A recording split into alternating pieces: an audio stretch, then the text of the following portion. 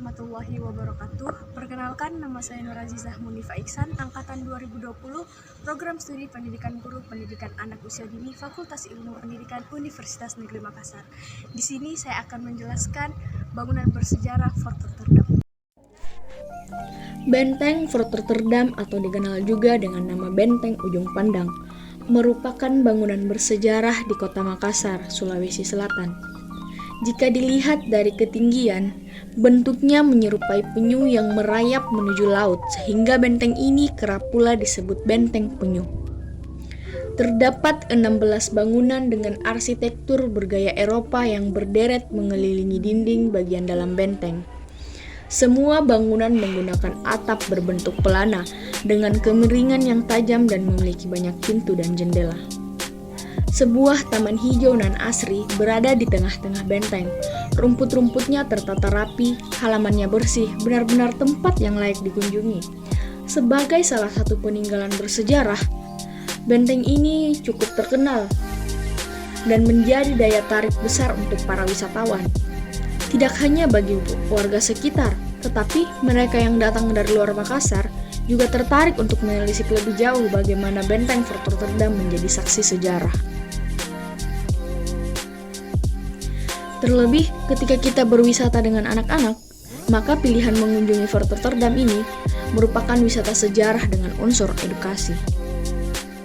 Fort Rotterdam, benteng yang berada di tengah kota ini, memang kabarnya tengah mendapat renovasi, telah ada sejak abad ke-17, sehingga memang membutuhkan pemugaran tanpa harus menghilangkan nilai historisnya.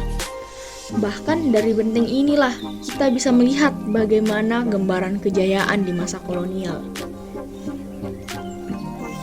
Menjadi bagian dari Sulawesi Selatan, Benteng Fort Rotterdam memang diketahui menjadi benteng termegah dan menawan yang ada di Sulawesi Selatan. Bahkan ada sebuah catatan yang pernah menggambarkan bahwa benteng ini sebagai benteng terbaik yang ada di Asia. Benteng ini pernah mendapatkan julukan sebagai Benteng Ujung Pandang atau Ujung Pandang dan berjaya pada abad ke-17. Saat itu, kesultanan yang memerintah yakni Kesultanan Goa dengan 17 benteng yang tersebar di hampir seluruh Makassar.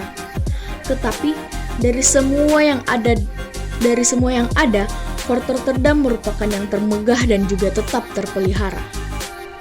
Dulunya, yang membangun tempat benteng ini adalah Raja Goa ke-10 dengan nama I Mandrigao Daeng Bontokaraeng Lakiung.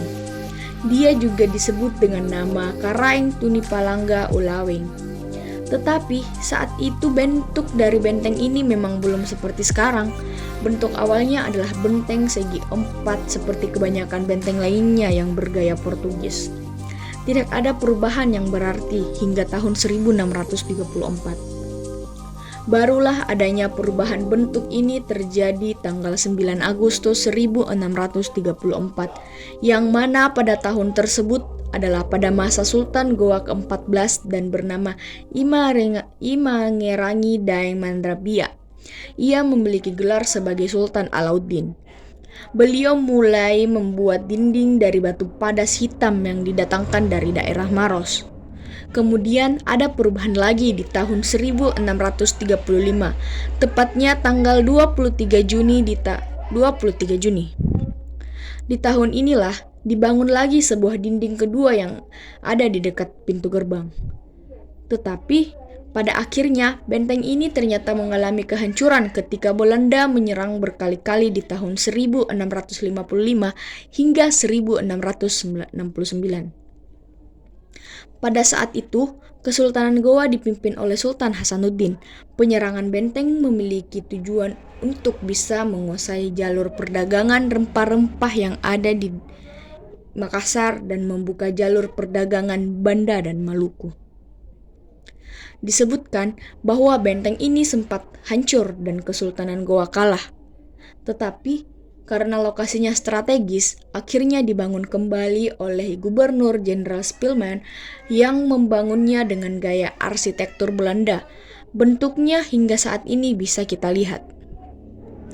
Sebelumnya, memang bentuk benteng ini adalah segi 4 dengan 4 bastion juga. Kemudian diubah dan ditambahkan satu bastion di sebelah barat. Namanya pun diubah menjadi Benteng Fort Rotterdam, yang merupakan nama dari tempat kelahiran Spilman. Dulunya, di masa kolonial, benteng ini menjadi pusat pemerintahan Belanda, tepatnya di area timur Indonesia. Benteng Fort Rotterdam memiliki beberapa saksi bisu akan sejarah Indonesia, seperti adanya Museum Lagaligo, sampai sempat di mana Pangeran Diponegoro yang pernah ditahan ada di Benteng Fort Rotterdam. Ketika kita datang, maka dipersilahkan untuk mengisi buku tamu dan tujuan kunjungan seperti apa. Ada di beberapa bangunan yang digunakan sebagai museum cagar budaya di dalam benteng. Bangunan ini masuk dalam pengawasan kantor Badan Balai Pelestarian Cagar Budaya Sulawesi Selatan. Termasuk juga 5 bastion benteng Fort Rotterdam yang memiliki ciri khas bangunan tersebut. Dari kelima bastion ini adalah Bastion Bacan yang ada di sebelah barat, tepatnya di bagian tengah benteng. Ada juga Bastion Buton di sudut barat laut, Bastion Amboina juga yang ada di sudut tenggara, serta Bastion Mandarasyah yang ada di sudut timur laut. Tiap-tiap bastion ini dihubungkan dengan dinding benteng, kecuali untuk bagian selatan yang memang tidak ada di dinding di sana di antara Bastion Bacan dan Amboina, memang tidak terhubung dengan dinding. Benteng Fort Rotterdam ini memiliki luas 2,5 hektar dan di dalamnya terdapat 16 bangunan dengan total luasnya 11.605,85 meter persegi. Di dalam area benteng tersedia juga bangunan yang sangat bersejarah, di mana bangunan kecil ini ternyata menjadi tempat Pangeran Diponegoro ditahan ketika pada masa penjajahan Belanda. Ruangan ini sempit. Ini berada di samping Museum Lagaligo. Saat itu, Pangeran Diponegoro ditangkap setelah berperang dengan Belanda selama 5 tahun. Perang berakhir karena Pangeran Diponegoro dijebak pada sebuah perundingan damai. Ia dibuang ke Manado dan di tahun 1834 ia dipindah ke Benteng Fort Rotterdam.